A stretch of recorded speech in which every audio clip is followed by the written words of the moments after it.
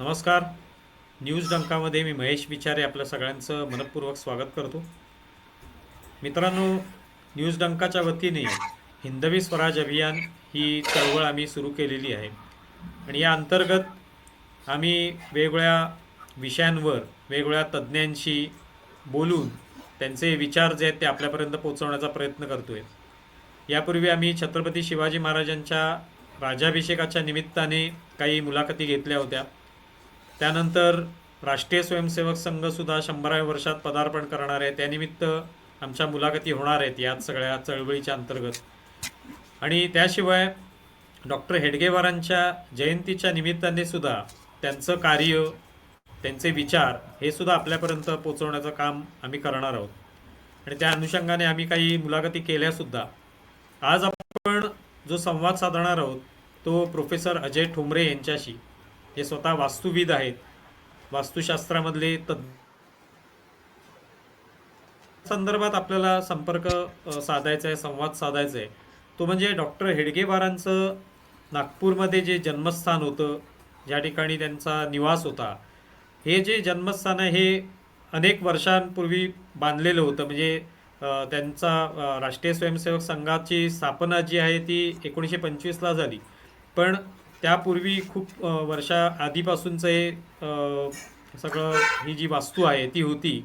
आणि तिचा जीर्णोद्धार जो आहे तो नंतर जेव्हा झाला किंवा तो करण्याचा विचार झाला तेव्हा अजय ठोंबरे यांचं नाव पुढे आलं आणि त्यांनी कशा पद्धतीने ही वास्तू जी आहे तिचा जीर्णोद्धार केला किंवा एकंदरीत त्या वास्तूची रचना कशा पद्धतीने केली, काय त्यांना त्याच्यामध्ये दिसून आलं, कोणत्या आठवणी किंवा या सगळ्या जपण्याचा कसा प्रयत्न त्यांनी केला, कोणाचं मार्गदर्शन झालं आणि आज त्या वास्तूकडे कशा पद्धतीने पाहिलं जाते, कशा पद्धतीने नवीन पिढी जी आहे ती या वास्तूच्या माध्यमातून एक प्रेरणा घेण्याचा प्रयत्न करते, हे सगळं आपण जाणून घेण्याचा प्रयत्न करूया.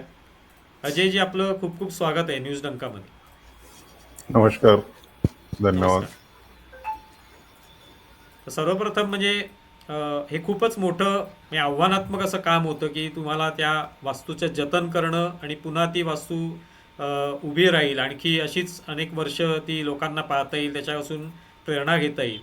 तर थोडीशी पार्श्वभूमी सांगा तुम्हाला. तुम्ही हे कसं काय काम घेतलं हाती आणि कसं ते पूर्णत्वास नेलं. अ, डॉक्टरांचं निवासस्थान जे नागपूरला कोठी रोड महाल या भागात आहे, त्या संदर्भात एक हेडगेवार स्मारक समिती जी नागपूरला आहे त्यांनी असा विचार केला की डॉक्टरांच्या या कृतीचं जतन करून पुढे नागपूरला येणाऱ्या स्वयंसेवकांना ते एक प्रेरणास्थान म्हणून काम करत राहील अशा दृष्टीने त्याचं जतन करावं असं जेव्हा त्यांच्या मनात आलं. मी त्यातला एक फक्त एक पार्ट आहे. माझ्यासोबत अशी मोठी टीम होती आणि मात्र माझा जो शैक्षणिक बॅकग्राऊंड होता आणि माझं जे काम होतं ते जुन्या पारंपरिक बांधकाम साहित्य आणि त्या संदर्भातलं. आणि त्या अगोदर विद्यार्थी दशेत असताना आम्ही महालमधलंच चिटणवीस वाडा म्हणून आहेत. तो फार मोठा परिसर आहे ज्याचं मी आणि माझे सहकारी विद्यार्थी दशेत असताना जवळपास 1 महिना खूप सुंदर त्याचं आम्ही डॉक्युमेंटेशन केलं आणि त्या डॉक्युमेंटेशनला त्यावर्षी मुंबईला म्हणजे राष्ट्रीय पुरस्कार सुद्धा मिळाला. तर मी डॉक्युमेंटेशन चांगलं करतो हे माहीत असल्यामुळे आमचे इथे जे प्रसिद्ध वास्तुविद आहेत, आर्किटेक्ट AB डोंगरे, ते हेडगेवार स्मारक समितीचे बाकी कामं बघायचे. तर त्यांनी मला विचारलं, अजय तू हे करशील? तर ही गोष्ट साधारणतः 1998-99च्या दरम्यानची आहे. अच्छा. आर्किटेक्ट डोंगरेंनी 4-6 लोकांना ते विचारलं होतं की तुम्ही हे करू शकाल का, तुम्ही ही जबाबदारी पाडू शकाल का, पण त्यांना त्याच्यावर व्यवस्थित रिसोर्सेस मिळाले नाही. मग मी ते काम जेव्हा हातात घेतलं मी आणि एक माझा सहकारी आम्ही त्या बिल्डिंगचं डॉक्युमेंटेशन, कारण ती साधारणतः 1894च्या दरम्यानी सुरू झालेलं काम होतं आणि म्हणजे 18व्या आपण म्हणू शकतो 19व्या शतकात सर्वात शेवटी ती बांधल्या गेली. आणि डॉक्टरांचा तिथला निवास हा जवळपास 1940 पर्यंत, म्हणजे त्यांच्या मृत्यू समयीपर्यंत तिथेच होता. राष्ट्रीय स्वयंसेवक संघाचं जे काही मनन घडण चिंतन जे आहे ते तिथे घडलेलं होतं आणि त्यानंतर मग आम्ही तिथे काम सुरू केलं. पण ही जेव्हा म्हणजे तुमच्याकडे जेव्हा काम आलं तर त्यावेळेला नेमकी ती वास्तू कशा स्थितीमध्ये होती आणि ते सगळं आहे तसंच ठेवायचं असं ठरलं होतं, काय नेमका बदल करायचा किंवा बदल न करता कशी ती तशीच जतन करून ठेवायची, काय नेमकं प्रोसेस त्याचं होतं? जेव्हा आमच्याकडे ते काम आलं त्यावेळेस ती वास्तू तशी रिकामी होती. म्हणजे तिथे हेडगेवारांच्या मुलीचं कुटुंब राहायचं, पण हेडगेवार स्मारक समितीने ती वास्तू रिकामी करून घेतली होती आणि याला आपण वारसा स्थळ म्हणून जतन करायचं असा निर्णय झाला होता. पण त्या अगोदर तिचं स्ट्रक्चरल स्टॅबिलिटी, आपण ती किती वर्ष टिकणार, त्याची सद्यस्थिती काय आहे आणि त्यामध्ये काय नवीन आपण हे करायला पाहिजे जेणेकरून तिचं चांगलं जतन होईल आणि ती सुरक्षित पण राहील, अशा दृष्टीने तिचा एक आढावा घ्यायचा होता. आणि त्या वास्तूचे कुठल्याही तऱ्हेचे ड्रॉइंग नव्हते, तर त्याचा पूर्ण ड्रॉइंग बनवणे हा सगळ्यात पहिला हे होता. आणि ज्याच्यामध्ये प्रत्येक स्क्वेअर सेंटीमीटर आम्ही डॉक्युमेंट करायचं होतं आम्हाला. आणि त्याच्यानंतर त्याचे सेक्शन्स घ्यायचे होते. आणि त्यावेळेस कॉम्प्युटर, ही मी 1999ची गोष्ट सांगतो, त्यावेळेस ऑटोकॅड पण एकदम प्रायमरी स्टेजमध्ये होतं. त्याच्यामुळे आम्हाला हे हाताने सगळे ड्रॉइंग करून आणि मग त्याचे आम्ही सेक्शन्स काढले. त्या सेक्शन्समध्ये आम्हाला असं आढळून आलं की काही त्याच्यातला भाग इतका डिटोरिएट झालेला आहे, जसं एक जी भिंत 1894च्या अगोदरची होती ती अच्छा. जवळपास, म्हणजे ती पूर्णपणे मातीची होती. त्यांची उत्तरेकडची जी भिंत आहे ती पूर्णपणे मातीची होती आणि ती तळमजल्याला जवळपास 2.5 फूट रुंदीची होती. आणि दुसऱ्या मजल्यापर्यंत जाताना तिची रुंदी 15 इंचाच्या जवळपास झाली होती. तर ही जी भिंत होती ही एकीकडे थोडी कल्ली होती आणि त्याच्यामुळे मग याचा स्ट्रक्चरल रिपोर्ट आम्ही हे केला आणि त्यानंतर मग असं ठरलं की नाही, ही कदाचित आपल्याला जतन करायसाठी आता जीर्णोद्धार नाही तर नवीन काहीतरी करावं लागेल. पण मग त्यावेळेला तुम्ही हे सगळे आराखडे वगैरे बनवलेत, मग आता ही अर्थात वास्तू खूपच जुनी असल्यामुळे, जीर्ण झालेली असल्यामुळे, पण तरी त्यात नवीन नूतनीकरण जर करायचं तर त्या आठवणी पण राहायला पाहिजे, तो एक फील जो आहे जुन्या काळातला तो पण यायला पाहिजे. आणि त्यातून म्हणजे इमारत तर नवीन झाली आहे पण अजूनही ती आहे तशीच वाटते, त्याच आठवणी किंवा तेव्हाच्या काळातला लोकांचा वावर तिथे आहे असं काहीतरी वाटण्यासारखी परिस्थिती निर्माण करावी लागेल, असं काही डोक्यामध्ये होतं का? नक्कीच. त्या इमारतीत डॉक्टर असताना आणि त्यांच्या नंतर जवळपास 75 वर्ष उलटून गेल्यानंतर बरेचसे चेंजेस आले होते. समोरच्या जी ओसरी होती त्या ओसरीतलं जे पार्टिशन होतं, कारण डॉक्टर स्वतः अग्निहोत्री होते, त्यामुळे समोरच्या ओसरीच्या भागात अग्निहोत्र होतं त्यांच्याकडे आणि अच्छा. तिथे झोपाळा होता ज्याच्यावर ते बसायचे. तर या सगळ्या गोष्टी तिथून निघून गेल्या होत्या आणि ती जी इमारत होती त्यामध्ये कॉन्क्रीटचा उपयोग नव्हता. म्हणजे त्यातनं एक नवीन हे पण निघालं की आपल्याकडे 2 बांधकाम शैली मुख्यत्वे लोक समजतात. एक असतं ती सांगाड्याची इमारत, म्हणजे ज्याला आपण फ्रेम स्ट्रक्चर म्हणतो, आणि दुसरं असतं ते पूर्णपणे लोड बेअरिंग, ज्याला आपण पायवेची इमारत असं म्हणतो. तर डॉक्टरांच्या निवासस्थानाचं जेव्हा आम्ही डॉक्युमेंटेशन केलं तेव्हा असं लक्षात आलं की हे सांगाड्याची पण, म्हणजे फ्रेम स्ट्रक्चर पण नाही आहे आणि पूर्णपणे ती याची पण नाही. त्याच्यामुळे त्यामध्ये दोन्ही याचं मिश्रण झालेलं आहे. म्हणजे तिथल्या छत आणि जे फ्लोअर होते त्याचा भार हा लाकडी खांबांनी घेतलेला होता. आणि भिंती ज्या होत्या, भिंती या सलग तळमजल्यापासून ते दुसऱ्या मजल्यापर्यंत अशा सलग होत्या. तर हे दोन्हींचं कंबाईंड स्ट्रक्चर तिथे, जी बहुतेक वास्तुशैली ही मध्य भारतात किंवा विदर्भात प्रामुख्याने होती. जेव्हा तुम्ही हे सगळं करायचं ठरवलं, मी प्रामुख्याने आता हे सगळं तुम्ही जेव्हा पाहिलीत वास्तू, तेव्हा त्या संदर्भातला काही अभ्यास केला असेल, काही कदाचित त्याविषयी जे काही उपलब्ध माहिती आहे ते ती मिळवण्याचा प्रयत्न केला असेल, किंवा काही तेव्हाच्या काळातले जे कोणी ज्येष्ठ कार्यकर्ते असतील किंवा पदाधिकारी असतील त्यांच्याशी तुमचा संवाद झाला असेल, त्यांनी मार्गदर्शन केलं असेल, तशा कोणाकोणाचं मार्गदर्शन मिळालं आणि त्यांनी काही आठवणी सांगितल्या असतील की बाबा त्यांचा वावर असतानाचं काय परिस्थिती होती? नक्कीच. तिथे आम्ही जेव्हा त्या वास्तूला डॉक्युमेंटेशन करायचं काम सुरू केलं, तर आजूबाजूला असणारी मंडळी, शेजारी, तसेच राष्ट्रीय स्वयंसेवक संघातले ज्येष्ठ कार्यकर्ते, स्वयंसेवक नित्यनेमाने तिथे यायला सुरुवात झाली. आम्ही तिथे जवळपास 3 महिने होतो. त्या काळात त्यांनी त्या वास्तूसंबंधीच्या त्यांच्या लहानपणीच्या आठवणी सांगितल्या. आणि तिथे आम्हाला असं दिसलं की समोर, म्हणजे त्या वास्तूचं जर वर्णन करायचं म्हटलं तर समोर एक प्रशस्त अंगण, ज्यामध्ये तुळशी वृंदावन होतं. त्यानंतर ओसरी, त्यानंतर मग बैठकीच्या मागे माझघर आणि स्वयंपाकघर, अशा तऱ्हेचं एक चौचोपी वाड्यासारखा ती वास्तू आहे. आणि त्यातल्या समोरच्या भागात एक हौद होता.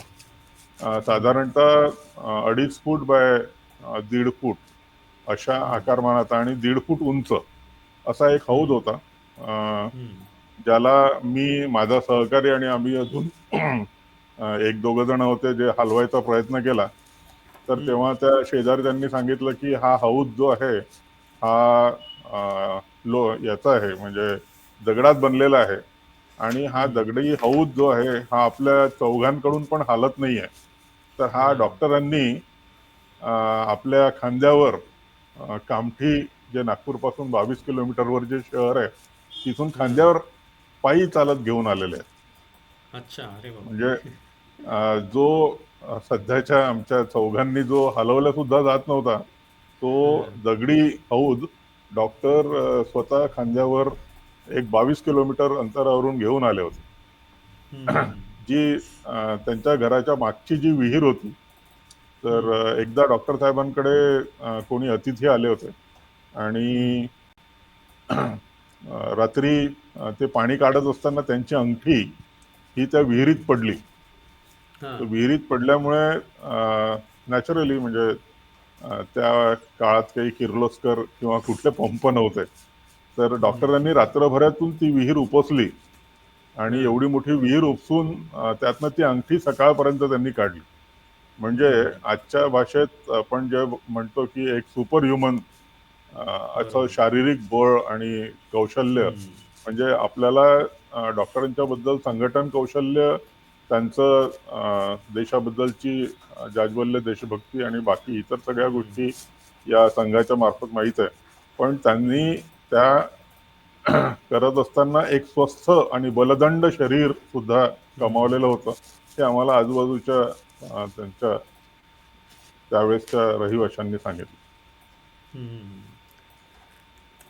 आता तुम्ही जसे उदाहरण सांगितलं हौदाचं, तशाच पद्धतीने त्यांच्या पदस्पर्शाने पावन झालेली ही सगळी वास्तू आहे. तर इथे वेगवेगळ्या खोल्या असतील, वेगवेगळे जे काही त्याचे भाग आहेत वास्तूचे, तर त्या ठिकाणी अर्थातच तुम्ही जेव्हा ते बघितलं असेल तेव्हा काही ठिकाणी कशा पद्धतीने तिथे काही घटना घडलेल्या आहेत, किंवा तिथे काही एका ठिकाणी ते बसून त्यांच्या बैठका होत असत, चर्चा होत असत, वाचन होत असेल, तर हे सगळं कुठेतरी तुमच्यासमोर आलं असेल. तर त्याविषयी तुम्हाला काय जाणवलं त्या वास्तूमध्ये जेव्हा गेलात आणि तुम्हाला मिळालेल्या मार्गदर्शनानुसार?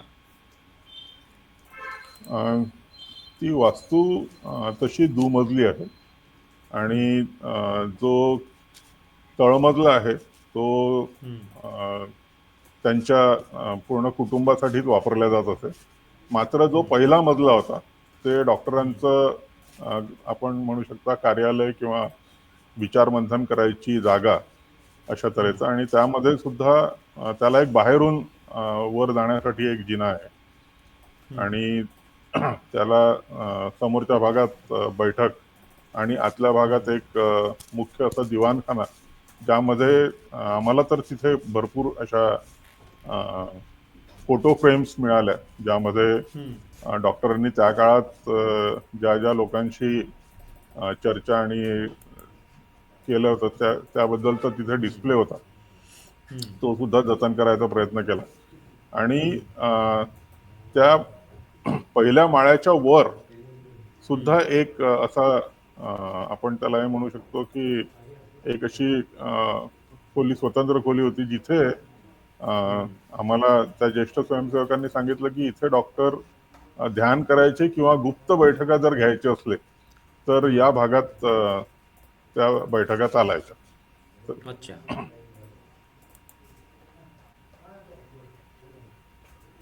अच्छा, तर तशा पद्धतीने ते त्याचा वापर होत होता. हो. पण आता तुम्ही जसं गुप्त बैठकांचं सांगितलं, मी तो विशेषचा काळ असाच होता की क्रांतिकारक होते आणि ते पोलिसांपासून स्वतःला वाचवण्यासाठी लपत असत, किंवा ते या वास्तूमध्ये तशा काही आठवणी होत्या का? म्हणजे या बैठकांच्या सोबत काही क्रांतिकारक येऊन गेले किंवा असं काही तुम्हाला कळलं का? नाही, मला तसं नाही कळलं. पण म्हणजे ते एक साधारण असा चौचोपी वाडा जसा असतो, पण असं त्याला गुप्त काहीतरी दरवाजे किंवा असा नव्हता. पण त्यांच्या स्वयंपाकघरात म्हणजे तळमजल्यावरून वरच्या मजल्यावर यायसाठी मात्र एक गुप्त दरवाजा होता. जो अच्छा. दरवाजा आपण सहसा बघतो की तो उभा असतो आणि हां. उघडताना आपण सरळ प्रवेश करतो. हां. त्या भागातला जो दरवाजा आहे तो आडवा आहे. आणि त्याला अच्छा. जर म्हणजे मोरीमध्ये जी खिडकी आहे त्या खिडकीवर उभं राहून जर आपण ढकलला तर तो वर हां. उघडतो. म्हणजे अच्छा. संदूकचं जसं झाकण उघडतं बरोबर. तशा तऱ्हेचा बरोबर. तो उघडतो आणि माणूस मग चढून हा पहिल्या मजल्यावर जाऊ शकतो. हां. तर तशा तऱ्हेचे तिथे एक अरेंजमेंट आम्हाला बघायला मिळालं. मग तुम्ही हे सगळं काम जे आहे ते साधारण किती दिवस लागले किंवा किती काळ लागला की ज्याच्यात तुम्हाला हे तीन सगळं करता आलं? आम्ही सुरू केल्यानंतर 3 महिन्याच्या जवळपास हे लागलं. याच्यामध्ये ड्रॉइंग बनवणे हा एक मुख्य उद्देश होता. दुसरा त्याच्यात हे होतं की आपण फोटोग्राफ याचे काढून घ्यावे. तर प्रत्येक रूमचा प्रत्येक अँगलनी असे फोटोग्राफ डॉक्युमेंट करून जवळपास 100 ते 125 फोटोग्राफ. त्यावेळेस फिल्म कॅमेरा होता, डिजिटल कॅमेरा नव्हता. तर हां. आम्ही जवळपास 5 रोल्स याच्यामध्ये व्यवस्थित तऱ्हेने. आणि तुम्ही जर ते म्हणजे ड्रॉइंगचं डॉक्युमेंटेशन बघितलं तर ज्या सागवानी बल्ल्या आणि ज्या सागवान त्या प्रत्येक बल्लीचं डायमीटर सुद्धा त्यात नोंद केलेली. आणि प्रत्येक कवेलू, त्या कवेलूचे किती सिरीज आहेत हे सुद्धा त्याच्यात नोंद केलेली आहे.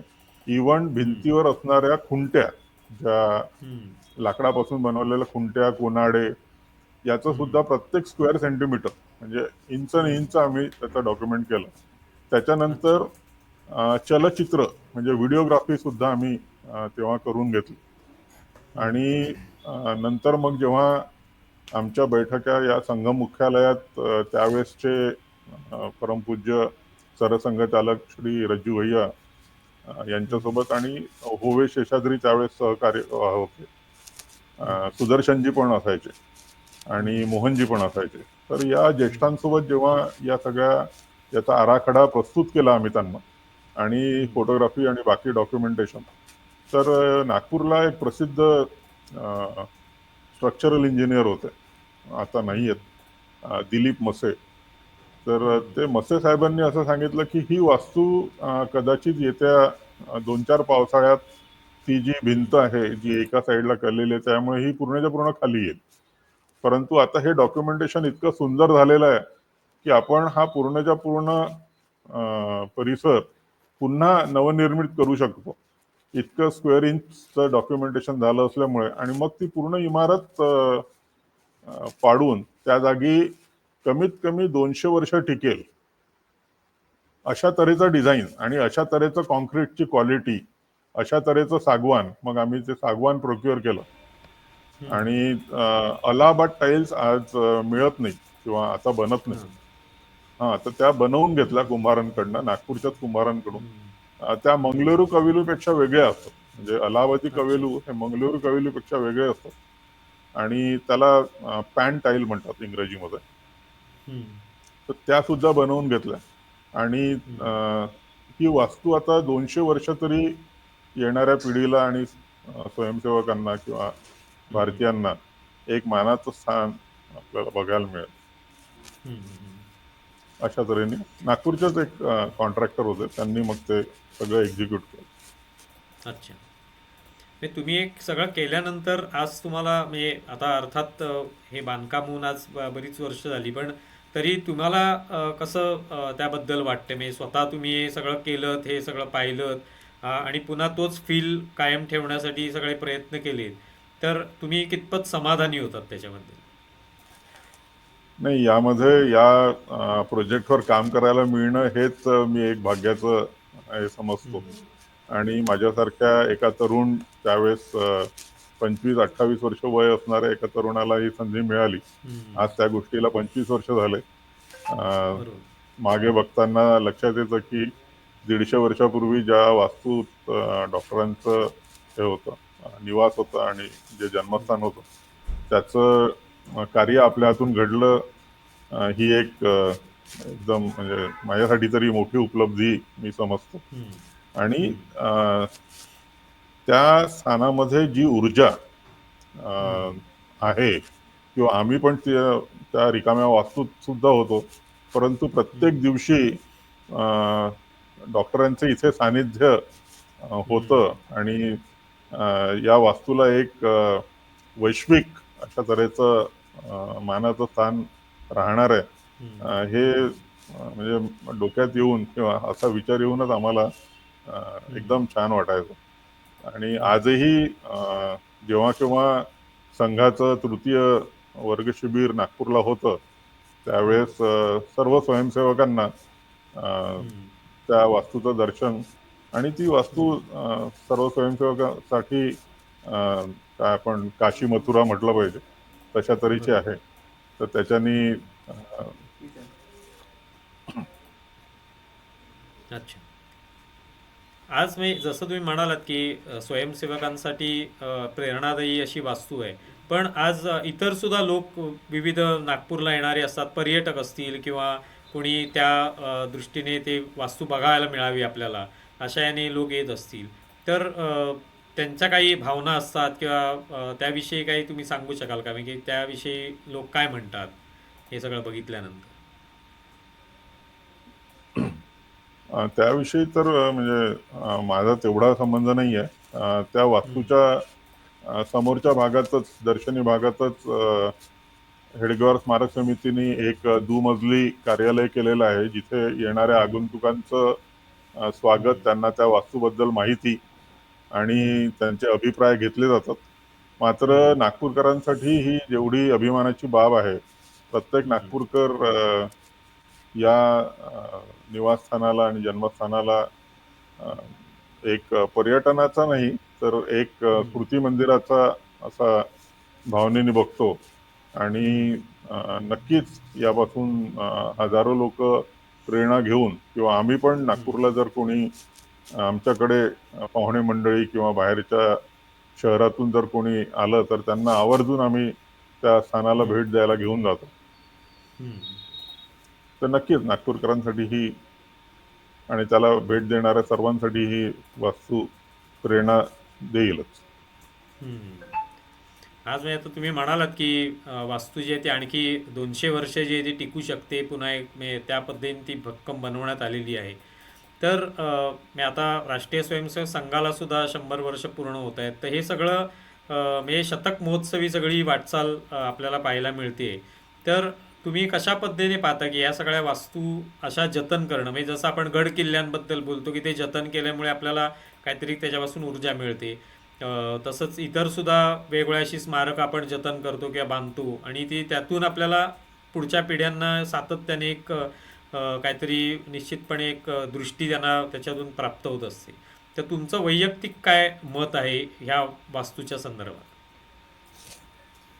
वास्तुशास्त्र अभ्यासक्रमातच शिकत असताना आणि शिकवताना पण एक वाक्य दरवेळेस उच्चारलं जातं, ते म्हणजे architect builds the building and then building shapes the society. तर समाज घडवण्यासाठी इमारतीचं मोठं काम आहे असं वास्तुशास्त्रात शिकवलं जातं. आणि या ज्या जुन्या ऐतिहासिक अशा वास्तू असतात, गडकिल्ले असतात किंवा थोर पुरुषांच्या पावन स्पर्शाने पदस्पर्शाने पावन झालेल्या या ज्या वास्तू असतात, या येणाऱ्या पिढीसाठी तर वैचारिक वारसा किंवा त्यांचा प्रेरणा देणाऱ्या असतातच, परंतु ही सगळी मोठी मंडळी घडत असताना कोणत्या वास्तूंनी त्यांना पोचलं आहे किंवा किती या वास्तू साध्या आणि ज्याला आपण आजच्या याच्यात एकदम सिंपल अशा असूनही त्यांचे विचार किती उत्तुंग किंवा त्यांची जी विचारसरणी होती ही किती जागतिक किंवा वसुदैव कुटुंबकम या स्वरूपाची होती, हे आपल्याला त्या बिल्डिंग दरवेळेस आठवण करून देत असतात. त्याच्यामुळे बिल्डिंग शेप्स दी सोसायटी ही जी उक्ती आहे ही इथे सारखं होताना दिसते. निश्चितपणे. आता तुम्ही हे सगळं काम केलं, ते खूपच आव्हानात्मक काम होतं, तुमच्यावर ही मोठी जबाबदारी आली होती. एक शेवटचा प्रश्न म्हणजे तुम्हाला ह्या सगळ्या कामामध्ये आलेला जो अनुभव आहे, म्हणजे त्यातलं एक वैशिष्ट्यपूर्ण अशी काही गोष्ट की जी तुम्हाला कायम लक्षात राहते, म्हणजे अर्थात हे संपूर्णच बांधकाम किंवा संपूर्ण कामच हे तुमच्यासाठी कायम स्मरणात राहणार आहे, पण तरी त्यातली काही गोष्ट अशी की बाबा त्याच्यामुळे तुम्ही खरोखरच ती आठवण कायम जतन करून ठेवावी अशी आहे, किंवा वारंवार तुम्हाला ते स्मरण होत असतं त्या गोष्टीचं? यातलं म्हणजे तुम्ही त्याला माझा स्वार्थ म्हणा किंवा माझा लबाडपणा म्हणा, तर ही वास्तू जेव्हा पुनर्निर्माणासाठी घेण्यात आली त्यावेळेस कुदळ मारण्याचा पहिला मान हा मला देण्यात आला. अच्छा. आणि आजही संघस्थानावर तो फोटो आहे, ज्यामध्ये त्यावेळेसचे परमपूज्य सरसंघ चालक रज्जू भैया, सुदर्शनजी, मोहनजी भागवत आणि होवे शेषाद्री आहेत, आणि मी त्या संघस्थानावर नवीन पुनर्निर्माण करायसाठी जी पहिली कुदळ स्वतः मारतोय. तर हा माझ्यासाठीचा म्हणजे एक अत्युत्तम असा आनंदाचा क्षण आहे, ज्याची आठवण मी नेहमी माझ्या सहकाऱ्यांना आणि इतर लोकांना पण सांगत असतो.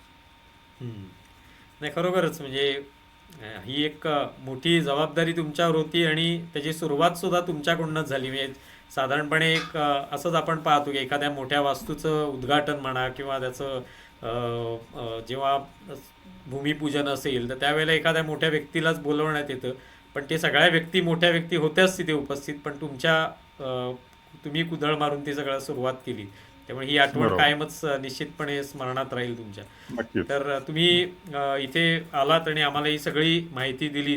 अत्यंत महत्त्वाची अशी वास्तू आहे, तर या निमित्ताने लोकांपर्यंत त्या वास्तूचं महत्त्व पोचेल. लोकसुद्धा कदाचित आमचा व्हिडिओ पाहून आणखी मोठ्या संख्येने लोक तिथे जातील आणि या वास्तूकडून प्रेरणा घेतील अशी अपेक्षा करूया.